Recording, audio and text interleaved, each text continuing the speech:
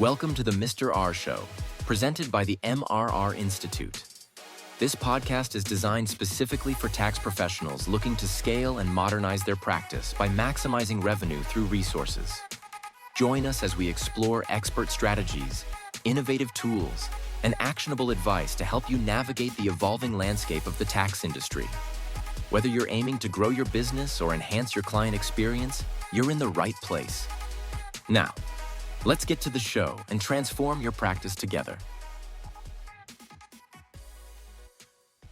Hey, everybody, and welcome back to the Mr. R Show, obviously brought to you by the MRR Institute. So as anybody knows that has listened to this show in the past, or somebody told you need to check it out, you're in a great place, right? And I'm not just talking about this podcast.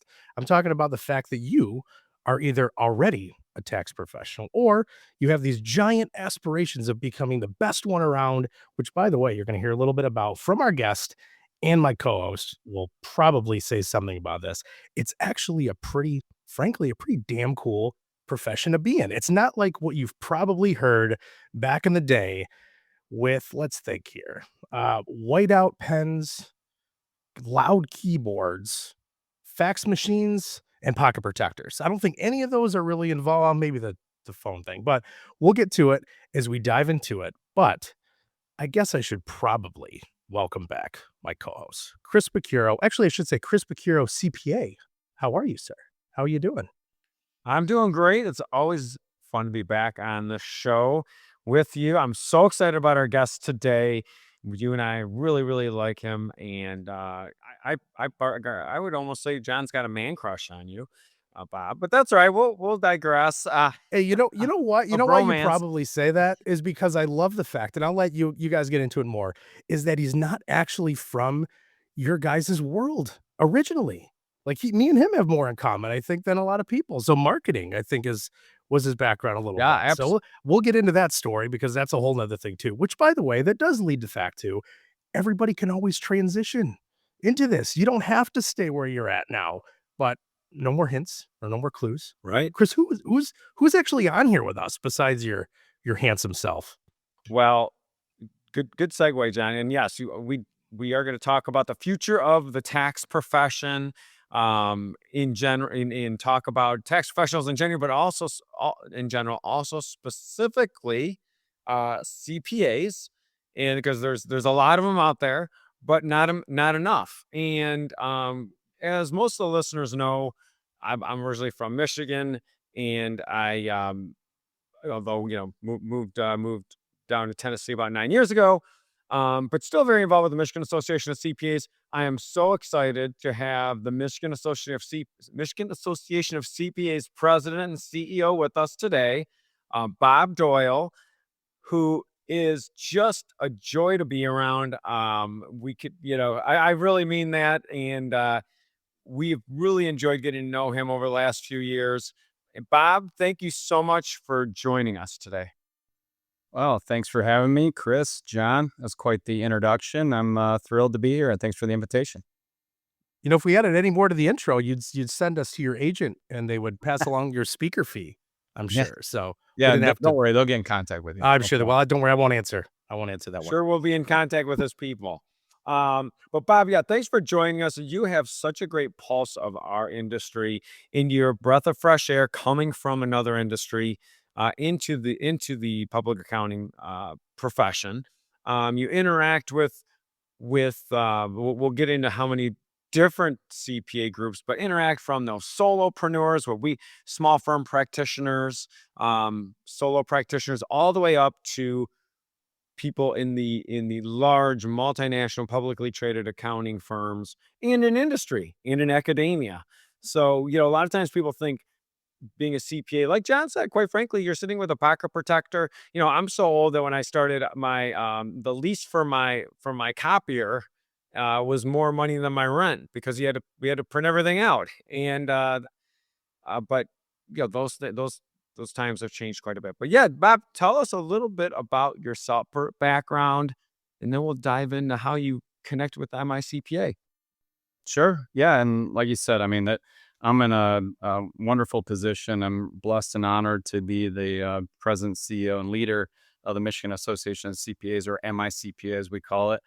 And you're right. I did not come from the accounting profession, but it's certainly been a joy over these last 5 years to be a part of it and kind of have those conversations with anyone from the multinational CPA firms down to the solo or small practitioner in every town in Michigan, across the government, across the corporate, and everyone in between. And then, of course, our educators. And actually, we have an educators conference this Friday that I'll be at, interacting with our accounting educators.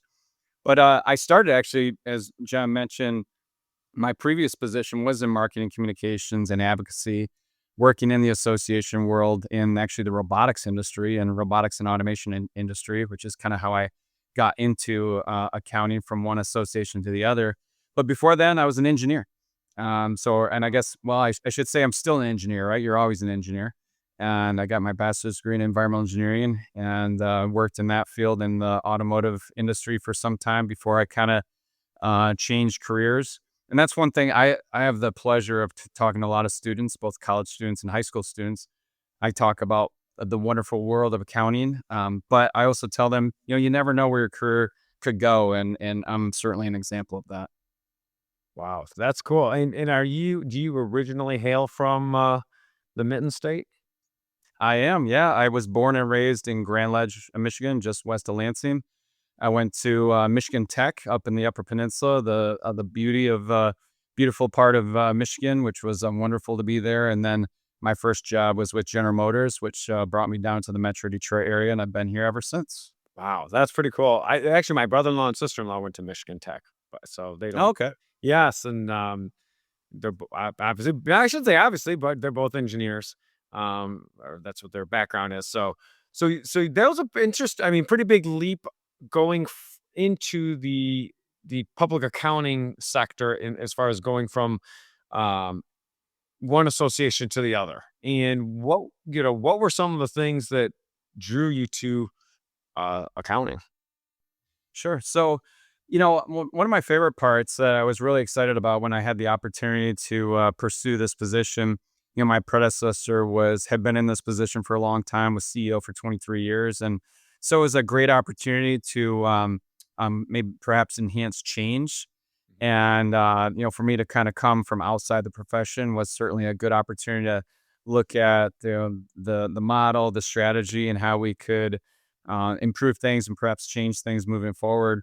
And frankly, when I started right before COVID hit. Mm-hmm. And so, obviously it was a very challenging time, a lot of unknowns, but also, if I look back on it now, is a great time for us as an association to really evaluate how we're there to serve our members, to learn from them, and ensure we're providing the best services, the best resources, the best tools for all CPAs in Michigan to be an essential resource for their clients and their companies. And here we are 5 years later, and I feel like, we're doing that, but we're continuing to do as much as we can to serve the profession, especially with the drastic acceleration of change that we've experienced in accounting. Absolutely. And so obviously, I'm speaking as a CPA, but there are a lot of amazing organizations. There's national associations for enrolled agents, and in state and local associations also for CPAs and enrolled agents. And there are other tax professionals, but I really look at CPAs and enrolled agents as the bar for in the tax preparation industry. Obviously, CPAs can do different type of activities as well, from attestation. But so when you moved into this role, can you tell us a little bit about the MICPA as far as its membership? How do you even? Because I think this is super important for someone that is running a practice. Time management is a differentiator between people that run their practice and people that have their practices run them. So how did you even step in, and how do you serve all these? Yeah, how many firms and how many members, and how do you even start to jump into something like that? Yeah, for sure. I mean, so we have about close to 17,000 members across the state. That is licensed CPAs, registered CPAs, and then a lot of then others like educators, perhaps some. We have non-CPAs who are members as well, and then students and CPA candidates. And so really, we look at it from the college student, even into high school, talking about accounting. We actually use our foundation for this, the Michigan Accountancy Foundation, where we bring students onto college campuses, talk with them about accounting, all the great opportunities. And then we see them go into their career and become a CPA candidate and then a CPA. And then wherever they are in their career, we're here to meet them. And, kind of perhaps that traditional route of you go into a public accounting, perhaps for a large firm, medium-sized firm, or even a smaller firm. We want to be able to help our members provide those tools and resources. And that's really what our mission and vision is to serve. It's to serve our members, the CPA profession, and then in turn, the public, the clients, the businesses that they all serve. We do it through 3 ways. We do it through advocacy, we do it through collaboration, and we do it through education. Because that really is our purpose, to be that resource for any CPA in the state of Michigan. And like you said, we have a wonderful network. Every state has a CPA association or CPA society, as they're called. I have a great network with all the other CEOs of the state societies, and they range from the largest state society in California down to the smallest in Alaska, Right. and everywhere in between. And we collaborate, we get together often. And then also, as you mentioned, like AICPA and other organizations, other CPA firm groups that I get the chance to collaborate and network a lot too. There's a lot of people all working together to to enhance the future of the profession. We talk a lot about it in the MR Institute, collaboration over competition. I can't stress that enough. I think that's I've really tried to connect with lots of other CPAs, especially in my niche, which is real estate. There's not that many big players out there, I guess you would say, that focus on that. And I try to connect with all of them. If not all of them wanted to connect back, but most of them do. Yeah. And that's a good thing. We got to Yeah. sharpen each other. So you made a great point about starting, and we're going to talk about people transitioning to this industry as a secondary profession, but the pipeline, right? Those students. I know there's different ways now that we're trying to allow people multiple avenues to become a CPA and that sort of stuff. But I guess the listener of this podcast is going to be typically someone running their accounting or tax business. For those people, what are younger people looking for as far as opportunity?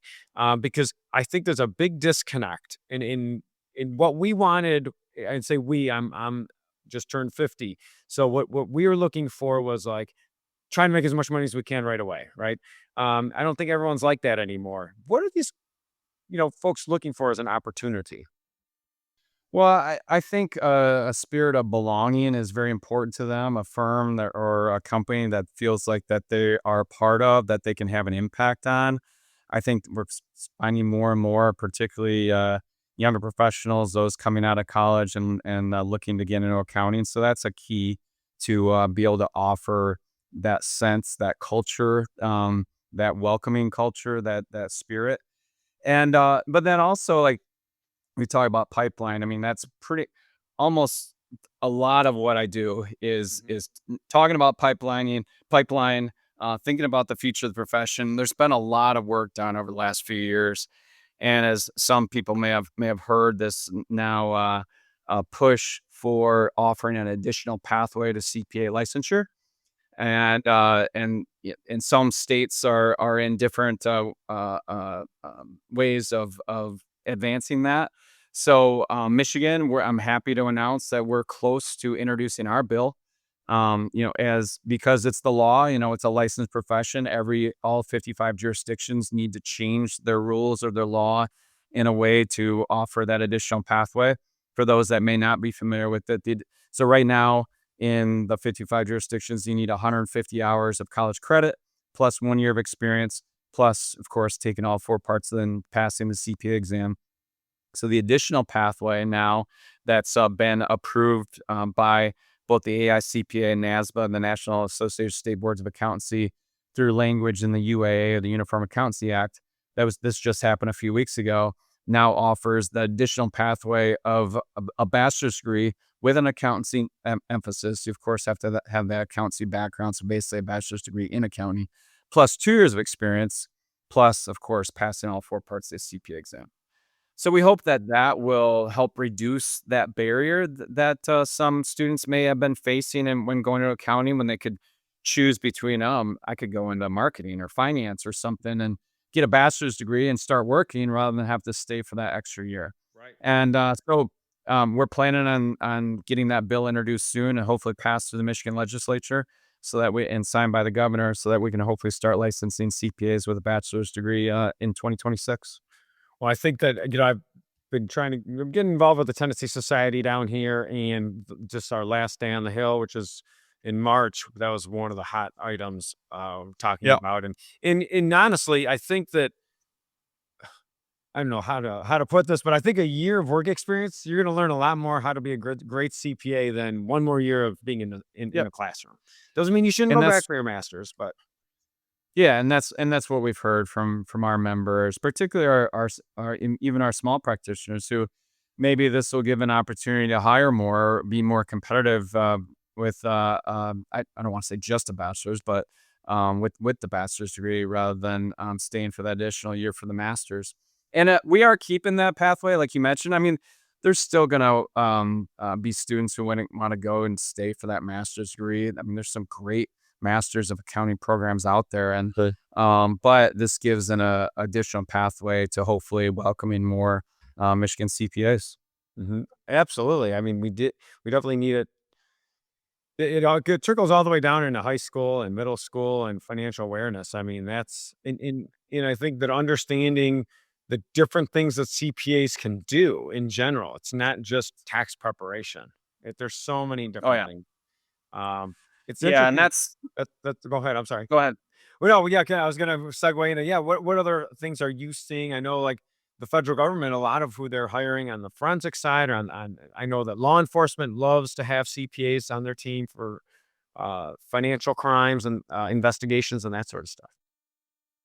Yeah, I think that's one of the things that we try to demystify that first of all, a lot of high school students, they don't even know what a CPA is. So first of all, let's introduce that concept. Or even if they do, or if they understand the field of accounting, it's not just, handwriting, spreadsheets, sitting in a cubicle all day. And then the other thing, the misnomer that we also always hear from students is, well, I can't go into accounting because I don't like math or I'm not good at math.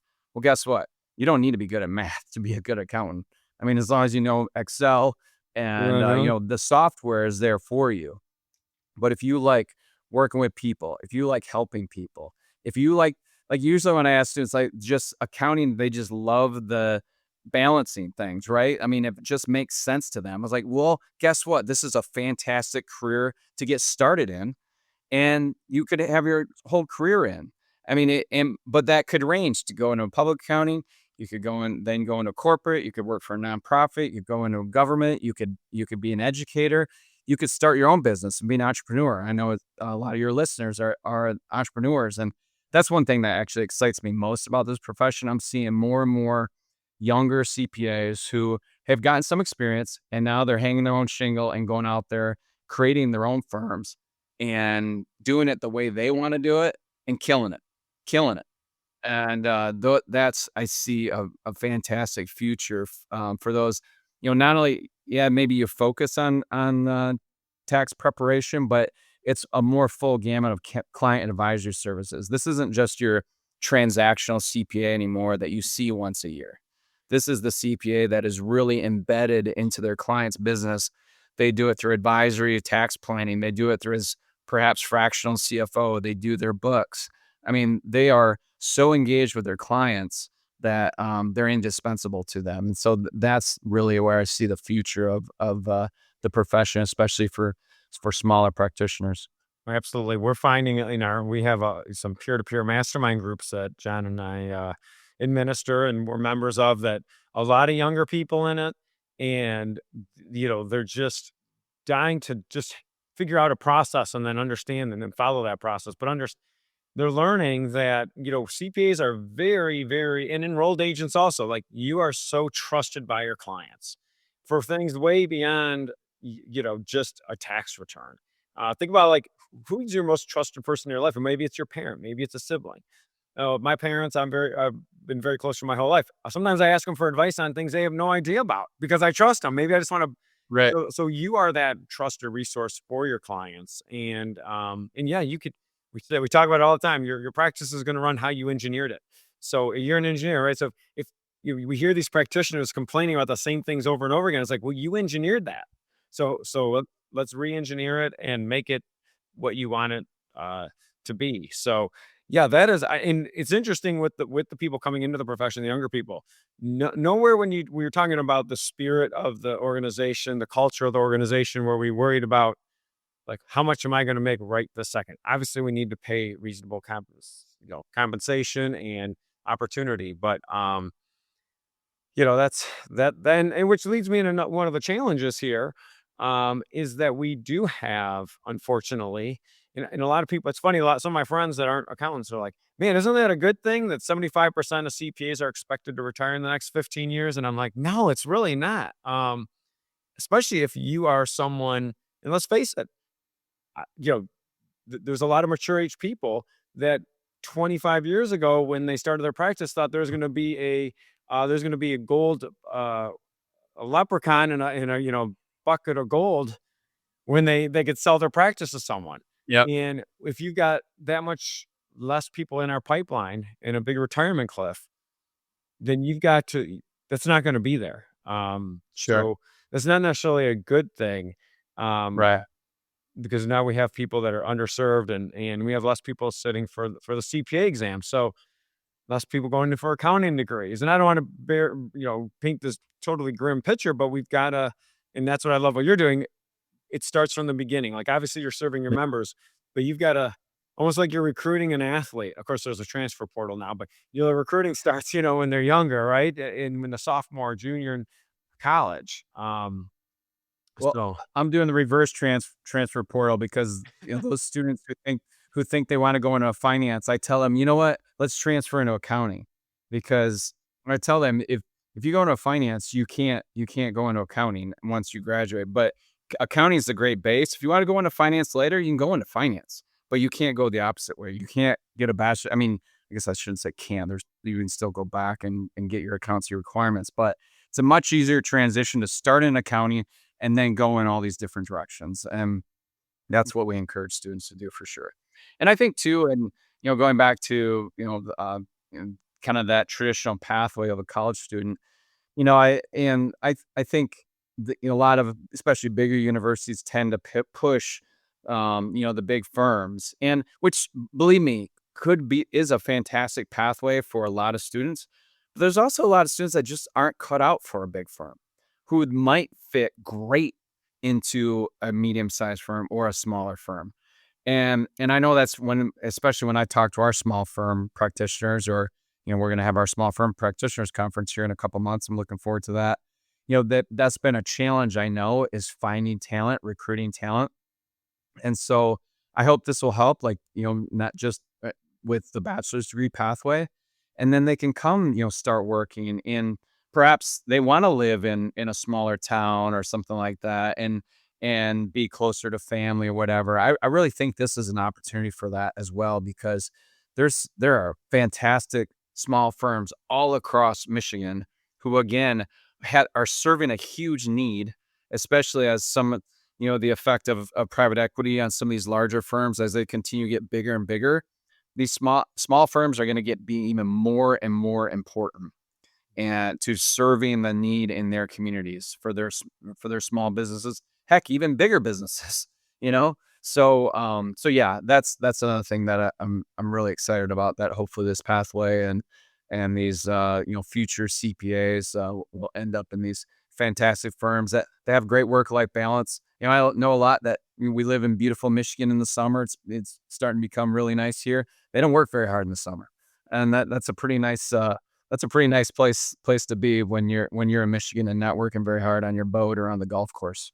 And Bob, I would be completely remiss, and I apologize if one of us brought it up before and I missed it, but I love your definition of CPA, obviously, but then also the way you present it, right? Like what CPA means to you, or at least at these events, which is great.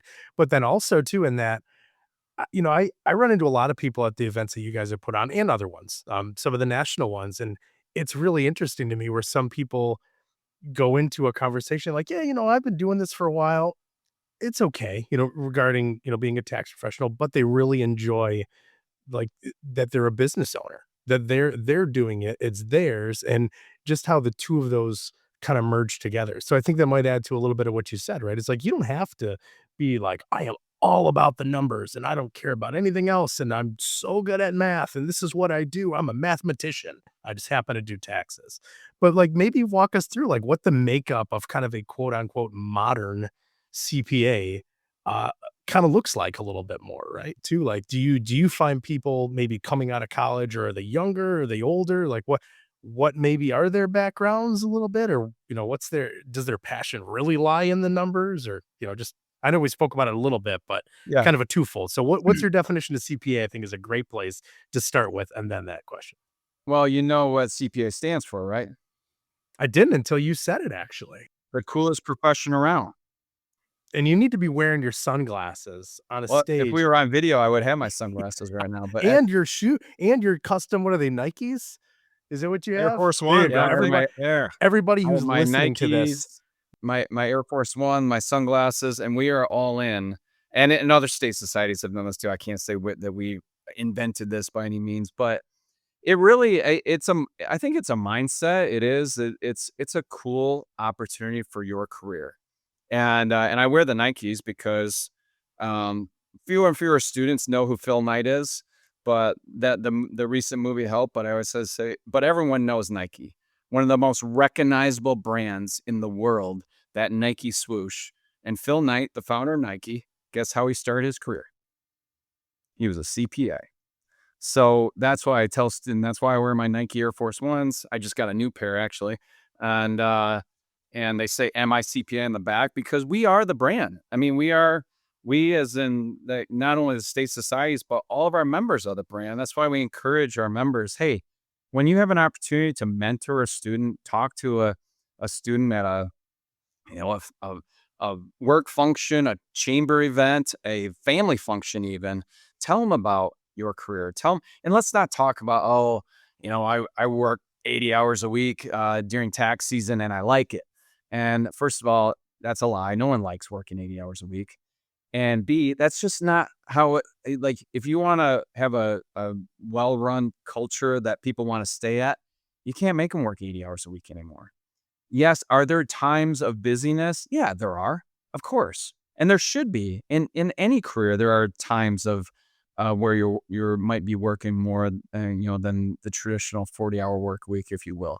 But there's also times, like I said, of where it's great to. I know a lot of firms who don't work any Friday between Memorial Day and Labor Day.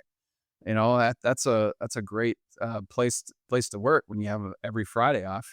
And so yeah, I think more and more people are getting that, and as I mentioned, the younger CPAs who either work for a firm or are starting their own firms. I mean they enjoy that flexibility, and yeah, it's not all about the numbers. It really is being an embedded part of your client, in your client's business. And I think that's when I ask people what do they most like about it, how they're helping their clients be successful. And that allows then us to be successful. And that's really what it's all about. And I once, I'm not naming any names, but I once had a comment from a practitioner who his client mentioned that he had a nice brand new pickup truck. And he's like, wow, that's quite a nice new kind of expensive pickup truck you got there. And wow, you're getting paid a lot for that truck. He said, if I'm driving a rusty vehicle, you should be worried. You know, so that's how CPAs are successful, because they're helping their clients and their businesses be successful. I love that. And I mean, and Chris, me and him have talked about this. We actually did a podcast last week on the Teaching Tax Flow podcast. It kind of gave a little bit of an overview of the landscape of, the tax prep industry is what we refer to it on that, more for the taxpayers than it was specifically for any CPAs or tax pros. But I love seeing that as more of a taxpayer than I will ever be a tax pro. Let's be honest. As I always say, I love being the dumbest person in the room, at least on these shows when it comes to tax. It's okay. I take pride in that, being the marketing guy. But I really I mean, I see so much value in that. Just finding a person who's passionate about helping people maybe first, then in running a business, or, if they work for a firm, and then the accountancy tax side of things coming second or third in that list, right? Because you can't really ingrain that in somebody if they don't have it, right? Like, you can't go up to somebody and say, "You know what? You're a great accountant. You are a fantastic CPA, but you really should care about people." And they'd probably think like, "Okay, cool. Like, thanks for telling me that." But if it's ingrained in somebody where they really truly care and they can see the value that they're bringing to it, but just the impact that they're having Mm. on people's lives Yeah, through something like this, it's huge, right? I mean, there's so much trust that people are putting in their CPA or their tax sure. professional. It's incredible. It's like the same as probably my mom would say, or my wife even, with like their hairdresser, right? Like, they know everything about them. They're probably not sharing their social number with them, I'd hope, but it is what it John, is. you always have to But it's bring up it's awesome. a hair topic, don't you? You know what? Uh, I think I'm just used to it at this point. Being that you have such these, glowing locks of knowledge from you, but yes, that but Bob, it's awesome, man. Like, I know we always talk about that, but it is great to see you guys, leading kind of leading the path with that. But then also, like you mentioned, other organizations are doing it. You're not taking all the credit for Yeah, really pushing it, but you guys are doing a great job, right? And I and we think want to that's, and you help. see it. Yeah, we want to help too. I mean, that's a lot of the learning we offer is, yeah, CPA may be great at tax law and helping their clients with their taxes and everything, but they also, if they have their own business or they want to own a business, how do they run it? And that can be hard and overwhelming, certainly at times. So, what can we do to offer how best the resources, the tools, how to build a great culture, how to be a great leader, how to, your HR processes, and probably the biggest is your tech stack. How do you utilize the software, the tools, the resources, now AI.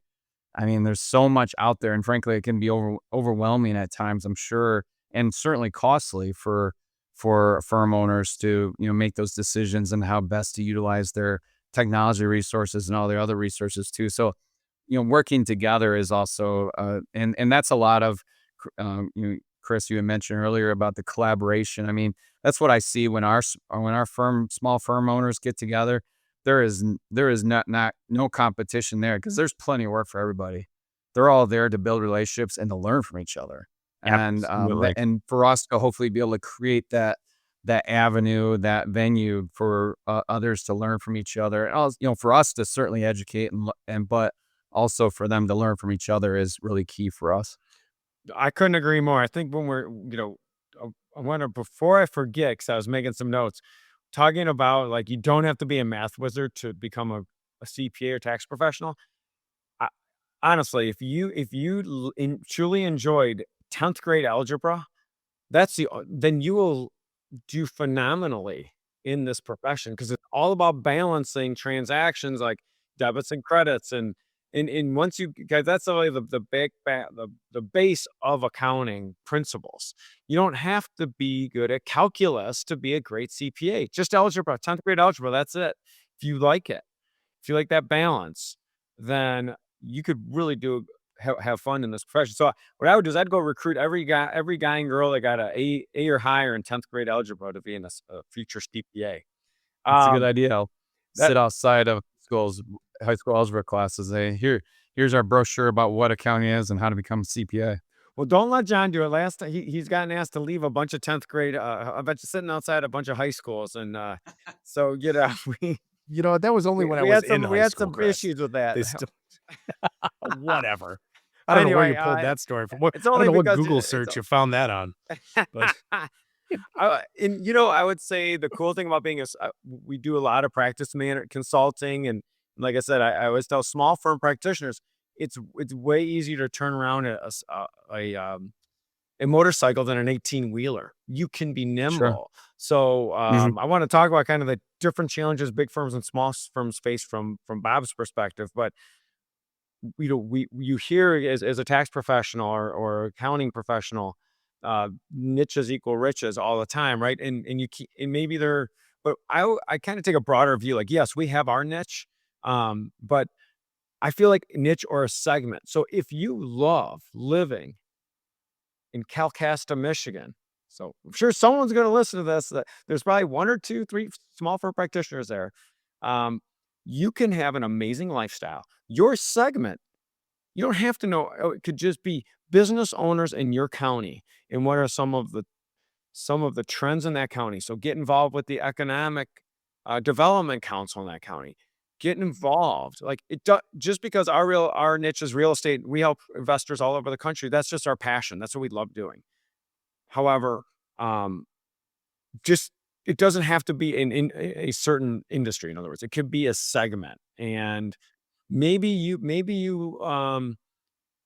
work at have an office where there's a major manufacturing facility, and maybe one of the big three is there, and hey, that's okay. There's a lot of tax prep, but maybe you start getting into financial advising, tax planning. You really dive into their 401k plan, their retirement benefits, what their needs are.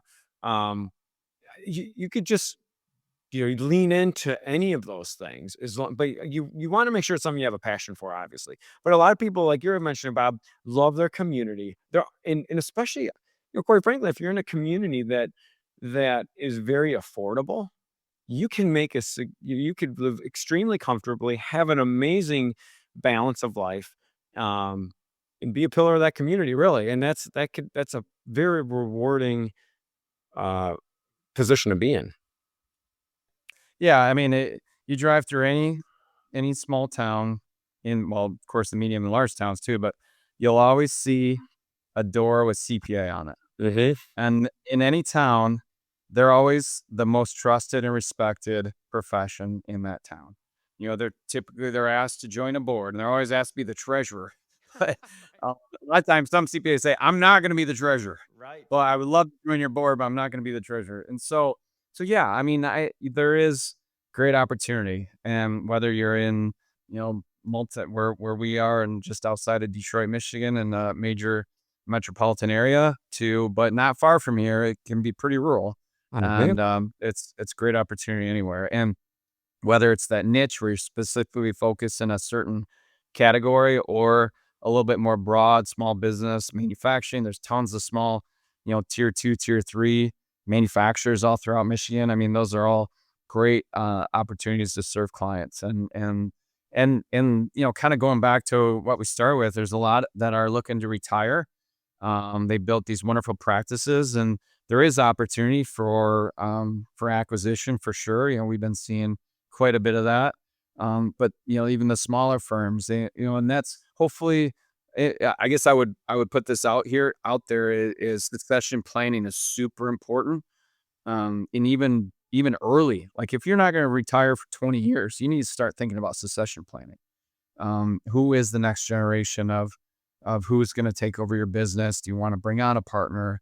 How do you want to best form your company, your firm, for that next generation of leadership, so it's there. Absolutely. And the smaller your practices, the more important that succession planning is. It's almost like people in the mortgage business say, it's easier to get a mortgage on an $800,000 property than an $80,000 property, right? So it's easier to find a succession plan for a larger practice. So I actually met my business partner through the Michigan Association of CPAs over 10 years ago, and he's 10 years younger than me.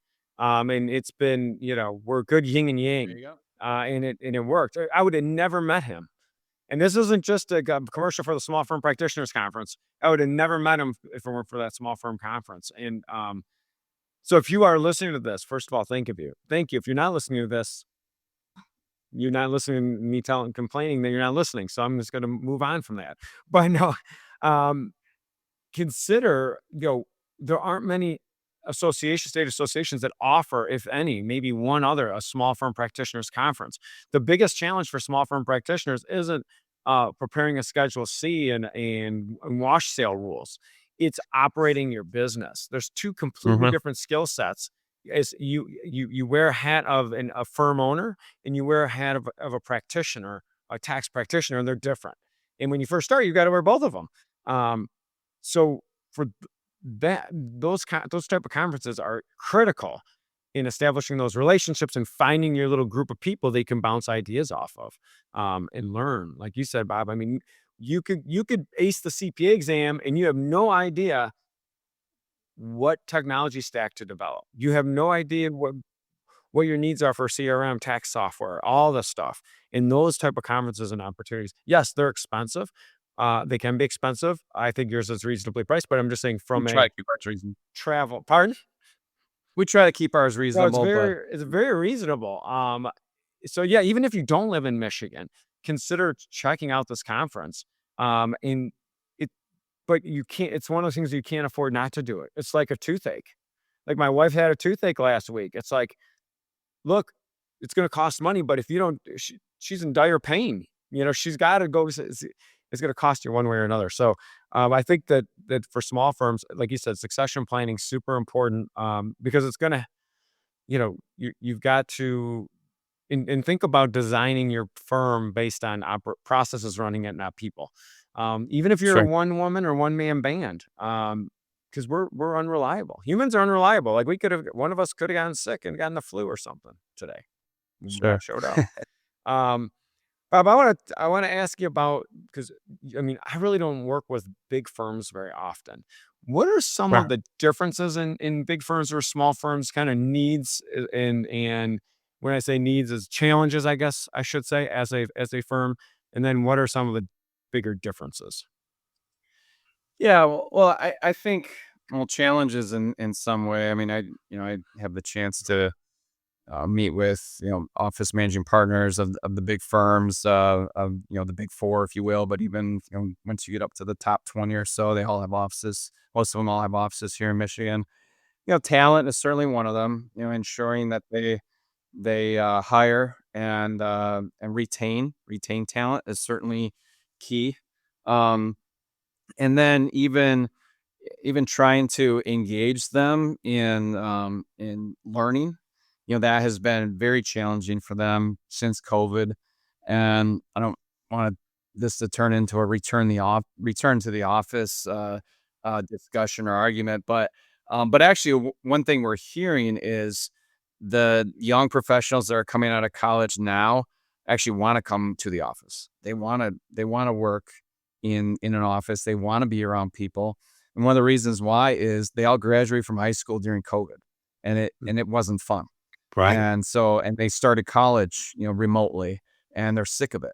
And they want, okay, maybe not 5 days a week, but they'll come in 3 or 4, and you don't have to feed them every day either.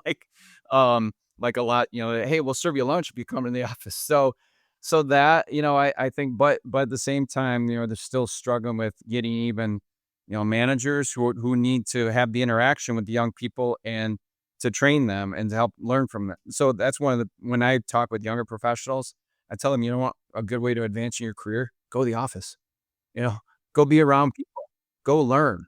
And again, I understand, hey, if you want to work remote a few days a week, that's great. And so I think that's a challenge, but smaller firms typically have that, have that great culture who, yeah, they want to come into the office, 4 or 5 days a week because they love the interaction with each other. They learn from each other. That's how they best work, but they're also very flexible. Hey, your kid has something at school in the middle of the day, go do it. I don't want you to miss that stuff. That's that great culture that frankly, maybe sometimes big firms may not have that.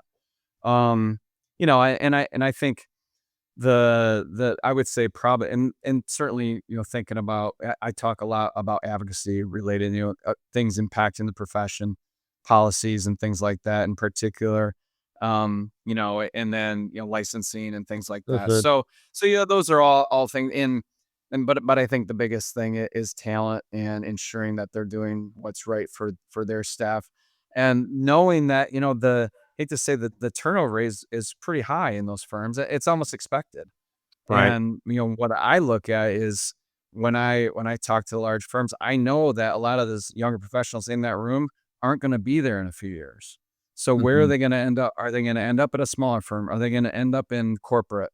Are they going to end up, going out, starting your own firm? We want to make sure we as a state association are there to support them and help them. Mhm. Mhm. Yeah, that's really good insight because again, I don't really just don't have a lot of interaction with them. If you if you had to, since sports wagering is legal in Michigan and in Tennessee, as we talk about this in most of the states. If you had to put a futures bet on a couple things related to our industry, like this was going to be around, this might be gone.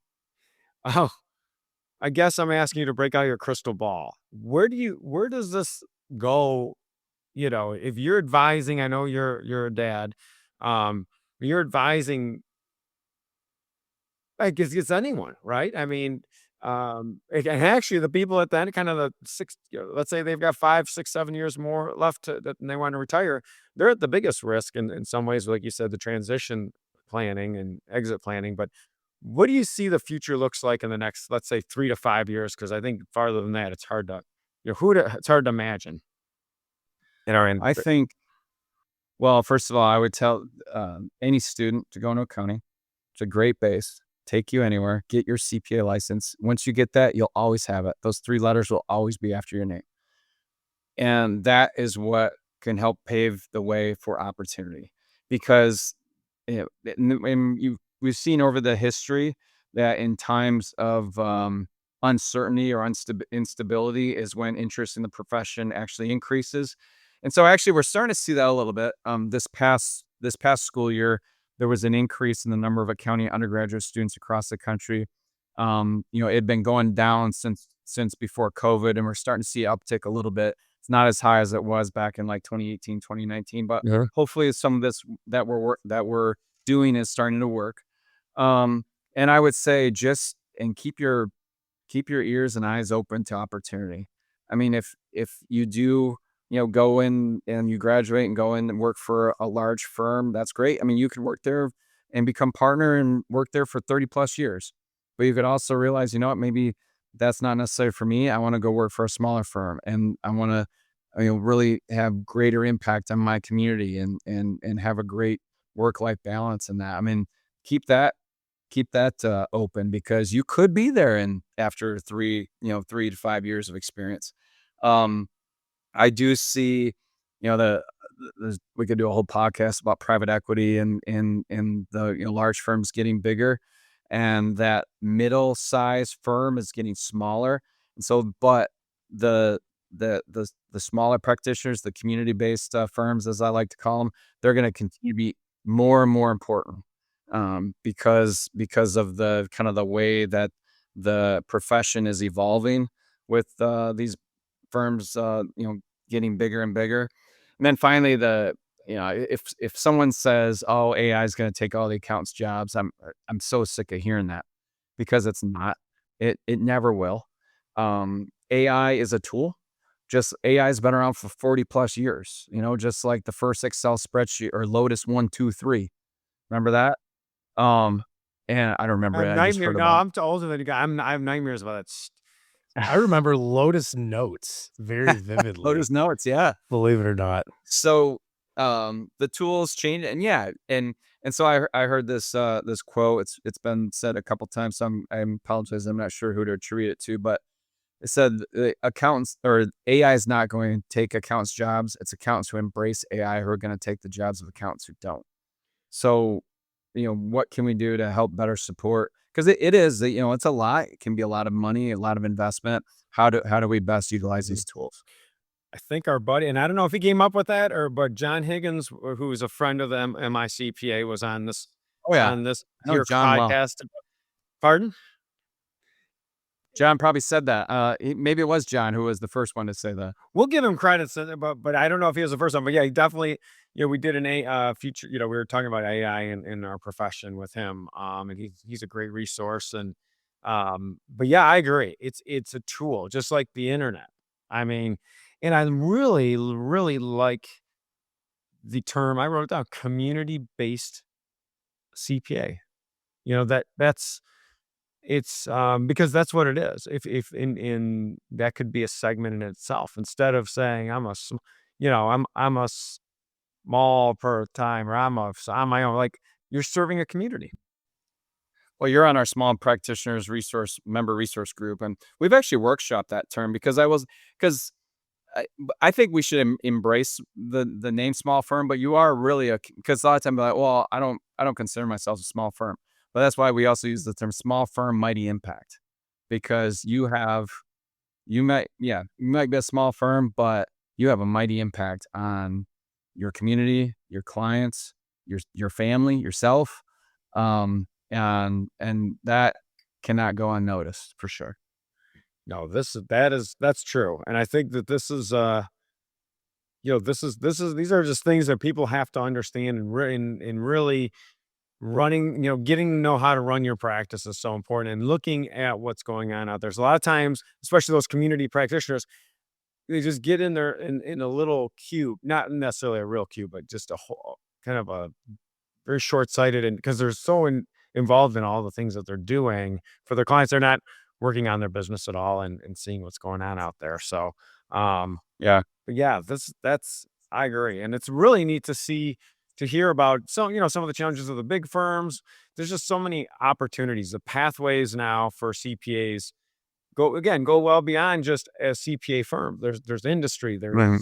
there's government, government work, I guess I should say, municipal work, and we've been fortunate to meet people in all different walks of life and doing different types of work as far as like forensic stuff, and I don't know, it's just, and tax laws are always changing, right? So you'll always have some opportunity there. Always have a job. Yep. Mhm. And Always have a job for sure. yeah, learning how to be sticky with the clients that you want uh is the art form, but once you get it, it could be really powerful. So Yeah, for Well, sure. I'm glad we had this conversation about the coolest profession around. I think it's a Yes. good little topic to close on. But honestly, Bobby, and obviously don't want to cut you guys off because we could talk on this a bunch. But um, I'm sure you guys got places to go. I'm sure people that are listening to this are like, "All right, I'm here. I learned. I met somebody. I'm motivated now, and now I want my CPE." So when you do that, obviously through EarMark, the link is in the show notes. Check that out. Bob, thanks for joining us, man. This was great conversation. It's been a pleasure, John, Chris. Always enjoy talking with you guys. I'm looking forward to seeing you at our small firm practitioners conference, which is at Treetops Resort in Gaylord, Michigan, August 13th and 14th. We start a little in the afternoon of the 12th, and maybe we'll play a little golf and a little pickleball while we're up there, right? Oh, oh boy, here we pickleball. go. You Yes, said it. I brought the hair jokes. Bob brought the pickleball we'll be comment. ready So with our somebody paddles. had to. We'll be ready with our paddles, and yeah, absolutely. If you're, definitely, if you're listening to this, follow Bob. And he's always doing some cool stuff, showing the fun part of our profession. And again, deeply consider checking that conference out.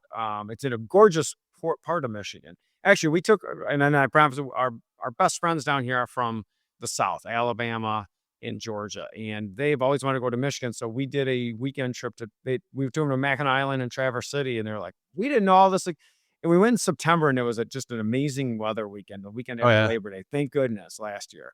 I'm like, yeah, it is. You're not going to find a better place to go in the summertime. I was just on Mackinac Island last week for a conference. The Detroit Regional Chamber puts on an annual Mackinac Policy Conference. So I was there that's actually where I met with 10 legislators talking about our additional pathways bill. But it was beautiful. I took a run one morning. The sunset was just breathtaking. Actually, I posted a picture of it on LinkedIn. So yeah, anyone listening, please connect with me on LinkedIn. I'm pretty active there, and love to continue the conversation. So it's good to have these conversations where I don't corner you in a hallway of one of your events and chat out. So this works out Yeah. very well. But yeah, anybody that's listening to this, think about this as we wrap this up. Getting your CPA designation is not like getting a driver's license, right? It's not a rite of passage you just get. Do it with intention, and hopefully things that Bob had discussed here with us a little bit kind of enlightens it a little bit for you. It gives a little bit more jazz, a little bit more power behind it. And again, remember that CPA definition that he gave us there. The coolest profession around. We'll see everybody back here again next time on the Mr. R Show. You've been listening to the Mr. R Show, presented by the MRR Institute. For more content like this, be sure to check us out on YouTube for weekly expert tips, and don't forget to subscribe to this podcast to stay updated on the latest strategies for scaling and modernizing your tax practice. Looking for more? Contact us at mrrinstitute.com for practice resources, coaching opportunities, and a peer-to-peer mastermind group. Thanks for joining us, and we'll see you next time. The content of this podcast does not constitute an offer of securities. Offerings can only be made through an offering memorandum, and you should carefully examine the risk factors and other information contained in the memorandum. The content provided is for educational purposes only. We encourage you to seek personalized investment advice from your financial professional. For all tax and legal advice, please consult your CPA or attorney. Investment advisory services are offered through Cabin Advisors, a registered investment advisor. Securities are offered through Cabin Securities, a registered broker-dealer.